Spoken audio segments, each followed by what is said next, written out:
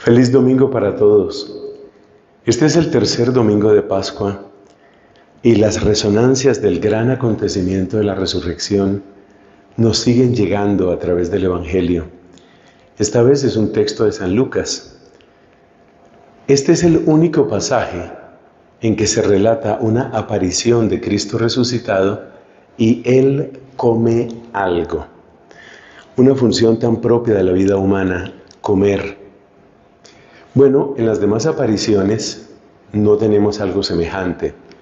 Hay una parecida en el Evangelio de Juan cuando sucede una pesca milagrosa después de la resurrección, porque no se nos olvide que antes de la resurrección, al comienzo de la vocación de Pedro, también hubo una pesca milagrosa. Ese era Cristo antes de padecer, pero ahora es Cristo ya resucitado que realiza este gesto único de comer. Es un cuerpo glorioso, es un cuerpo resucitado y es un cuerpo que come. Esto nos llama mucho la atención.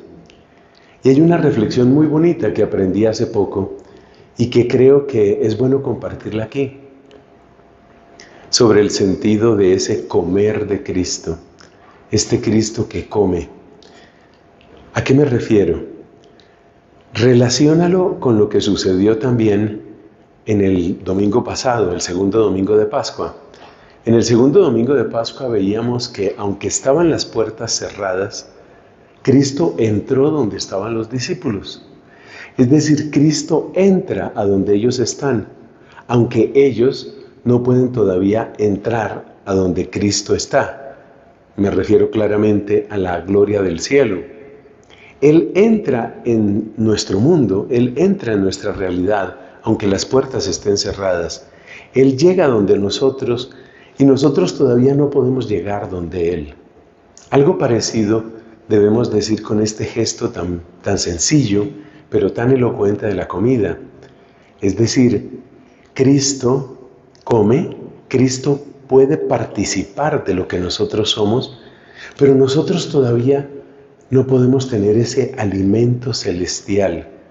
Él entra en lo que nosotros somos, nosotros todavía no podemos entrar en lo que Él es, en lo que Él tiene, en lo que Él vive. Es algo muy interesante, es algo muy bello, porque con esta clase de gestos, al mismo tiempo vemos al resucitado tan cercano a nosotros, pero tan absolutamente trascendente, es decir, tan completamente por fuera de lo que es nuestra experiencia. Él participa de nuestras experiencias porque camina con los discípulos de Emaús, porque entra en el espacio del cenáculo, porque come un trozo de pez asado. Él participa de nuestras experiencias. Nosotros todavía no podemos participar de lo que Él es. Eso todavía no podemos hacerlo. Pero al mostrarse tan cerca de nosotros y a la vez al mostrar toda su trascendencia, ¿qué está haciendo Cristo sino enseñándonos como divino maestro que Él es?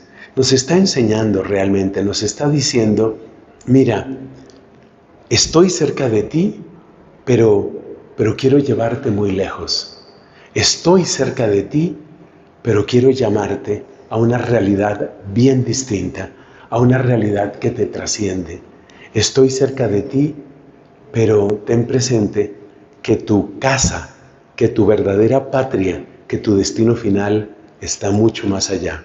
Ese es el resucitado, tan cerca de nosotros y a la vez tan capaz de llamarnos a una realidad nueva, a un mundo nuevo, a una vida nueva. Cerca de nosotros y sin embargo tan distinto de nosotros. Cerca de nosotros para que empecemos a caminar, pero tan distinto de nosotros para que sepamos que el camino nos llevará un día a la gloria del cielo. Eso quería compartirte hoy.